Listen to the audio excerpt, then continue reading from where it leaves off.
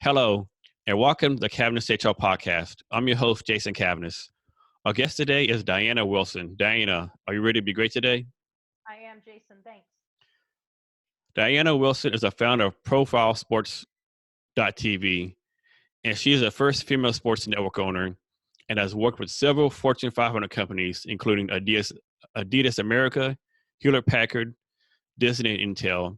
She has over 25 years at the helm of media companies, design firms, and live corporate events. She is passionate about empowering athletes to take charge of their own careers by managing their public image effectively, early, and to help families afford higher education and sports opportunities for the athletes. Diana is also a previous board member of the Phoenix Advertising Federation and the Phoenix Film Foundation since 2010. Diana, thank you very much for being here. I really appreciate it. It's my pleasure. Thank you for the opportunity. So, what's keeping you busy these days? Uh, well, um, we are doing a new installation at the Sporting Chance Center in um, Tucson, Arizona, and we're really looking forward to that. We're installing 5 cameras in a multi-use sports center that has currently over 300,000 viewers each year go through. So we hope to quadruple that viewership by adding live streaming and on-demand video of all the sports activities that go on at the Sporting Chance Center in Tucson. So, Diana, I looked at your website, and I could be wrong, but it seems like this platform is more for for amateur athletes and like intramural athletes. It's most definitely for the amateurs. ESPN has everything covered, D1, NCAA, and up. And our friends at NFHS really specialize in high school, recording high school. And so, where the sweet spot is for us is the littles um, all the way up to junior college level. So, that's an area of the market where there's actually a lot of interest. And we want to help the kids improve at their sport and maybe earn a athletic scholarship. So that's what we're all about. How would a family member or athlete take advantage of your platform? Well, anywhere our cameras are installed, you just use our app and you can go to profilesports.tv. You can either download the app or view the videos right on the website. We have a long history of recording games, and you can look at the games we've previously recorded either with the app or on the website, or you can join in live through the app. And again, you can find that on profilesports.tv. Just go to the video page, and there's 2 links depending on whether you have an Apple phone or an Android phone. You just and preferably download it by using your phone, and it'll install right on your phone, and you can tap in, join our club, Profile Sports, and then all the games are available video on demand, and you can watch for live events. It'll even notify you when we're live. So, no need for fancy cameras or fancy equipment. Just use your cell phone, correct? Oh my goodness, that's the thing. Whenever you go to these games, I see the parents in the stands, trying to film their game and watch the game at the same time. Um, my husband was in that boat. A college coach said, "Hey, we're looking at your daughter, and would you please just send us her best game?" Well, when do you know that is, right? So you have to film them all, and he never missed a game. He went to every single one of them, but he didn't see any of them. He didn't get to enjoy that time, and that's what we want to do for parents. These Your kids are this age, whatever it is, just for such a short period of time. And even if your child is in junior college, that little kid inside of them just wants you to, they just want your full attention. Put that phone down and enjoy the game because we've got it covered in 8K definition. Our cameras film automatically without a cameraman. Now, did you say 8K definition? 8K. So we are ready for the next generation of televisions. And you Whoa. can't enjoy a video that high resolution on conventional television. So speaking of 8K, can you explain a little bit about the tech behind your platform? Well, we're using Pixelot cameras, which I believe are the best in the market right now. We can use other cameras, and some of our there are a handful of companies who do kind of what we do, um, but these Pixelot cameras are absolutely the best, and it's the only camera that is weatherproof up to, and we live in Arizona, right? So up to 129 degrees. I hope I never see heat that hot, but I have experienced 120, and it's not going to melt the cameras. They're also made for like football and colder climates, so they can withstand heat and ice and rain. Um, so there's no other camera that can do all of that. Plus, we have indoor cameras that specialize in tracking, the back and forth motion of a basketball game or tennis or pickleball, whatever it is. But they're really smart. It's using computer learning, and the cameras know the difference between a baseball and a bird. So it's not going to go following any old thing. It knows how to shoot soccer as opposed to rugby. And it will zoom in, pull out, follow the action, and you would swear there is a cameraman operating it, but it's all automatic. So is it like me when I go to hockey game? I can never track the puck. Can your cameras track the hockey pucks? Yeah, if it in hockey, it's going to take on a larger group and it's going to follow the action. Puck's usually in there somewhere. It Okay. doesn't specifically follow the puck, but it definitely captures the action. Yeah, those pucks are very hard to follow. I mean, at least for me, they are. Yeah, what's really neat though is that you can just enjoy the game, watch the automatic motion. But if like your player is the goalie and all you really are interested in is the goalie, you can override the camera with our app. You simply go to panoramic view and you can zoom in and you can override the steering and just steer on whatever you want to focus on. It also allows the fans or family, whoever's in the stands or wherever they are, to record little clips. So you can make your own highlight reels from anywhere in the world. You could be in London and watch our games live and make your clips. And with one touch of the button, it goes instantly to your Facebook or to WhatsApp or stores in your clip collection to make a highlight reel. So Diana, we both know that some people aren't exactly tech savvy. Mhm. On average, how long have you seen it's taking people to figure out how to use your system? It's really intuitive. Um, the hardest thing to remember is that you need to join our club specifically to make all the games available. So when you download the app, the first question it's going to ask you is what club do you want to join?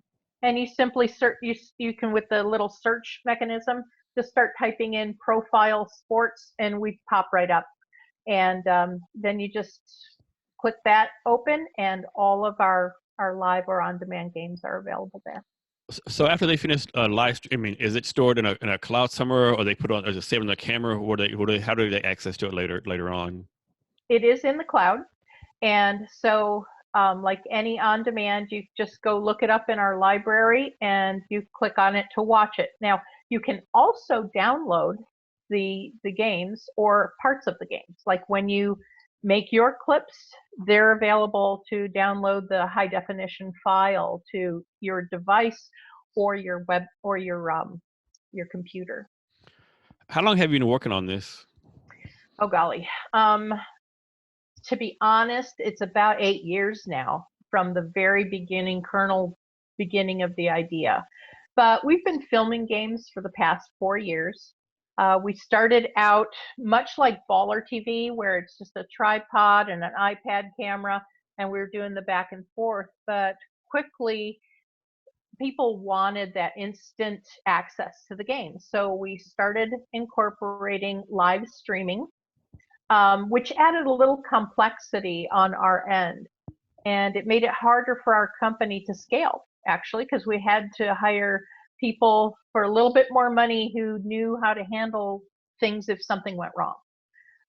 That made it hard to grow, and the cash flow was tight. So when I discovered the availability of the automated intelligence live tracking cameras, then I really started to dig in, and there were only a few cameras able to do this. But when I found the Pixelop models, it answered everything we need, and they were willing to work with us to create a white label version of their app. And we're working on releasing that in the next month or two, and which will have a host of whole new features available for our customers. So we'll put a lot of power in the hands of the fans. Good. Yeah, that question of when you start always a tough one. Like when I first got the idea, when I got serious about it, when I, got a business license, I think that's always a tough question. Yeah, we started out doing profiles, athlete websites for their background history, their grade point average, shot charts, and all of that. Because again, our mission is to help athletes improve at their sport and give them a tool like a dossier or a portfolio to submit to colleges. We still provide that service, but that's what we started out with, and we created an API that connects to any scorekeeping app, so we can ingest scores and then display an individual athlete with his own website. The thing is that the elite players, they really don't need it. They've been discovered since the 10th grade.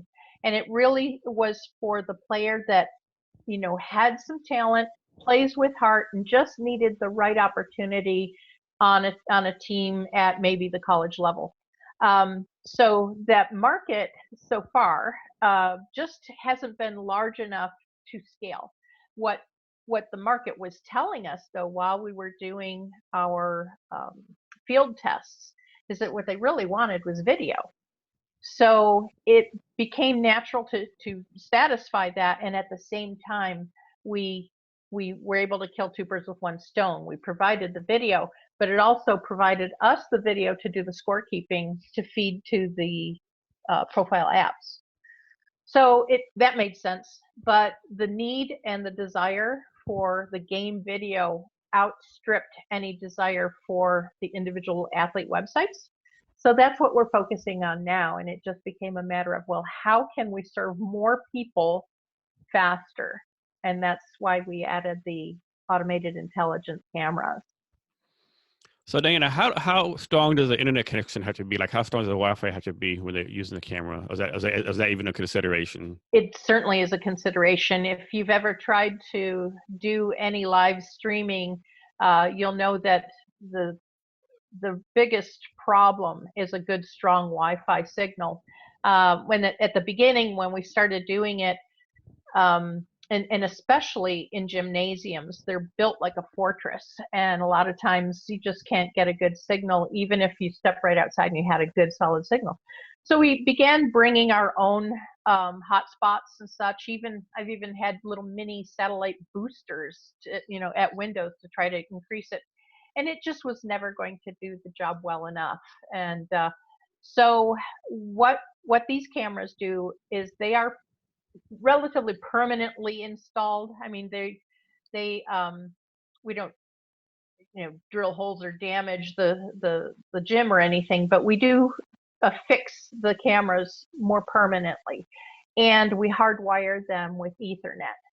That gives us the strength that we need, because you've got to have at least 10 gigs uploading speed, and we well cover that with the Ethernet. So you get broadcast quality without, buffering. Dana, how are you marketing your company? Do you have a social media plan or just word of mouth? How's that working for you? Well, yes, we've been active on social media, and we launched in Phoenix, Arizona, just in our own backyard, doing beta tests and such, because I wanted to see and hear from the parents directly.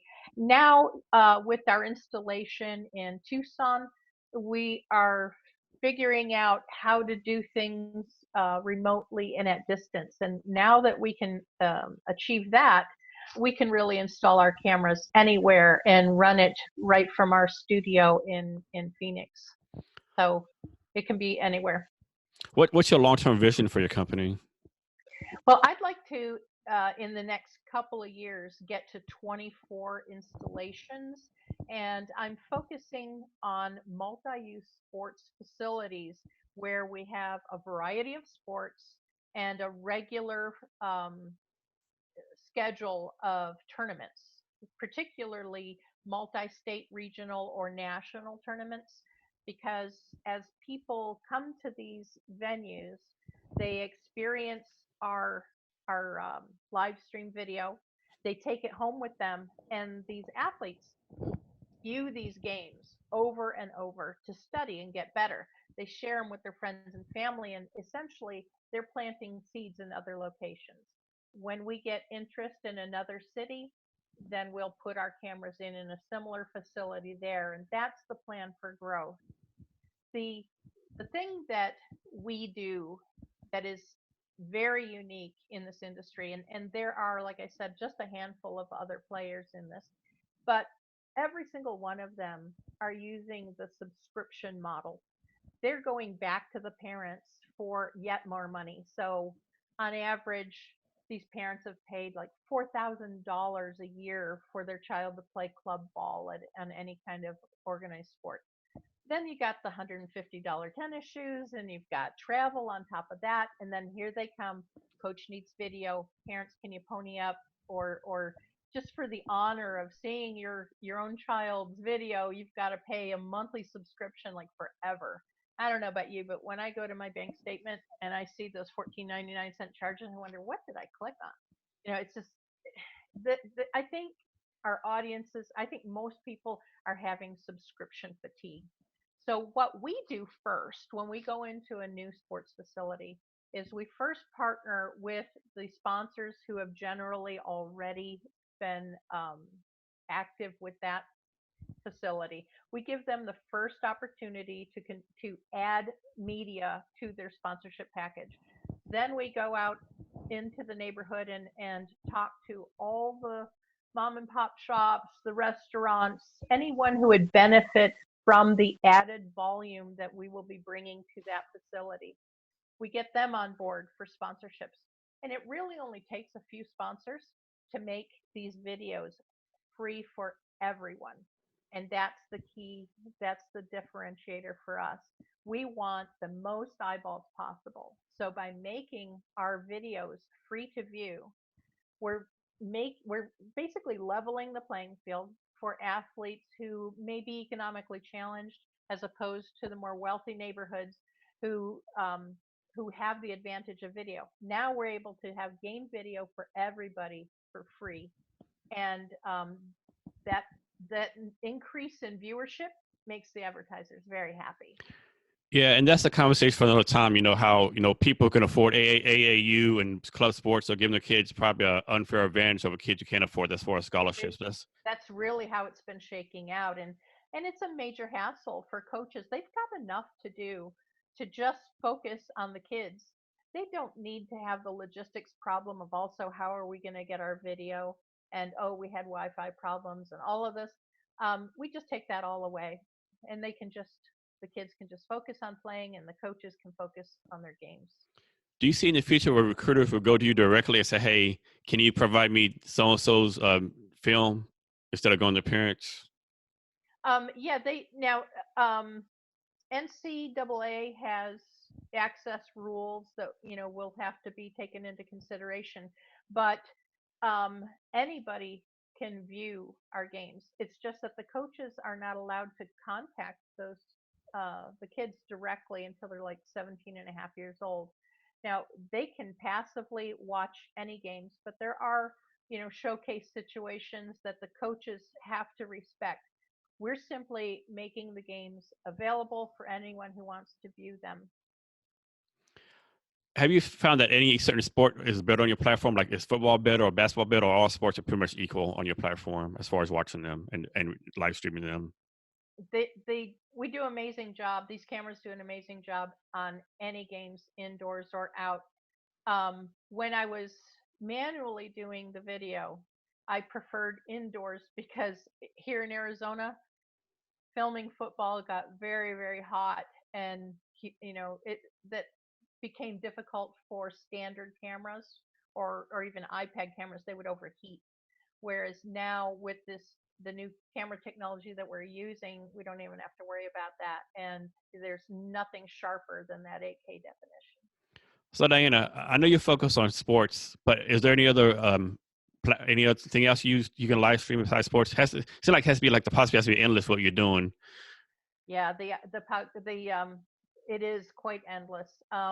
You know, schools that have these cameras or the colleges are immediately interested in other uses for them. Because they're permanently installed or semi-permanently installed, it's not very easy to move them around. But if there's anything that's taking place in the gymnasium, it could be a graduation, whatever, they could be used for drama. They could be used for anything they want to air, classes, debates, public meetings. That, the content is up to the owner of the cameras. In our situation, we want to create kind of like a local ESPN style sports television channel for the littles and through junior college. So we specialize in amateur sports because when you think about it, if you want to broadcast anything, which is my background is marketing and advertising. To me, the sports is a medium that creates itself. It's like the thing that's so fascinating about sports and so addictive really is that you don't know the outcome. You never will. And that's what keeps the fans happy. I don't have to hire actors. I don't have to write scripts. The cameras just turn on automatically at game time. Tip off or kickoff happens, and whatever happens, and it is always entertaining. Dan, has this ever happened? I'm pretty sure that it has not, but have you ever had a case where someone will come to you or another parent, hey, I know you're recording your kid, but I did not give you permission to record my kid in your video. Delete them or whatever the case may be. That's a very good question to ask, and one that we've been concentrating on lately. We put signs up in the venues where we're at so that everybody knows that when you enter this premises, you will be video recorded. On every one of our apps, websites, and in the permission when a coach signs up to do a tournament at our venues, they have to give consent for their entire team. But you may have somebody who somehow missed all of that. Maybe they're in the stands and they're maybe just a viewer. You may have, I mean, that may be someone who doesn't want to be recorded. And we have a guarantee that if you don't want your recording for any reason, we will take it down. We'll delete it immediately upon being requested to do so. The thing is that when you do make such a request, you do need to understand that you are inconveniencing everybody else on the team, everyone else on the other team, and everyone else who wanted access to those games. So you better do that with you know a a conscientious heart. And if you don't want to be filmed, um, you know don't play sports, I guess, or don't be. The thing is that, however, there may be a very good reason that someone doesn't want a particular incident, and we're definitely going to respect that. But we take every effort to protect people's right to privacy. The thing is that if we're not filming it, there's probably somebody else with an iPhone up in the stands who caught it anyway. But we don't want to be a party to anything that causes harm or an inconvenience to anyone. I think, though, and I did a survey recently just delving into this. Do you feel this is exploitive, or when you weigh things, is it better than, is it more doing more good than harm? And overwhelmingly, I mean, overwhelmingly, the parents, coaches, fans, and the public that we surveyed, and it was over 1,500 responses, they definitely believe that the good outweighs the bad. The value of being able to have that video instantly, the ability to share with family and friends who are out of state, overwhelmingly outweighs any inconvenience or displeasure. It was actually less than 1% had any kind of a complaint or concern about privacy. Diana, now when live stream is the cloud, is it in the cloud forever, or do you delete it after a certain amount of time? We will keep it for about a year if, just out on our cloud. However, if it's a very popular game or we believe that it has some historic value, or if it's been purchased a number of times, we'll keep those for longer. We have plans to keep some games indefinitely. Yes. Diana, I understand you have something for our listeners today. I do. I'd love them to try our app for free. So if you will go to profilesports.tv and click the video tab, you will have the option to download either the Android or the iOS version of the app. It is right now the Pixelot app.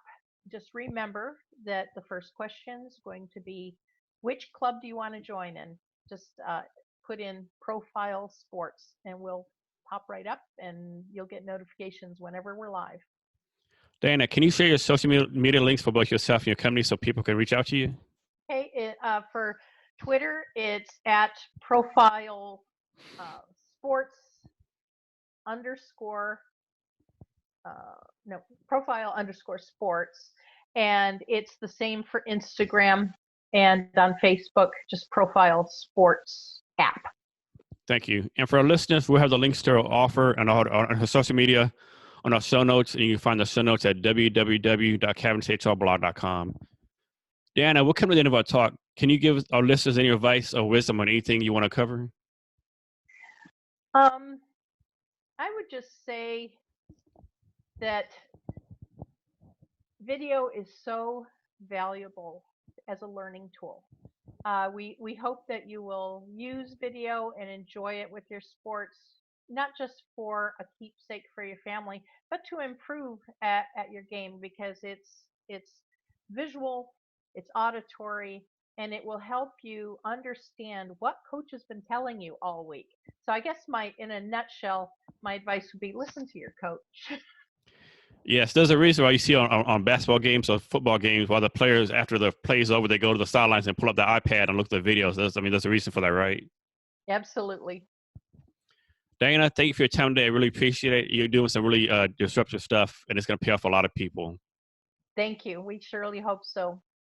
And to our listeners, thank you for your time as well. And remember to be great every day.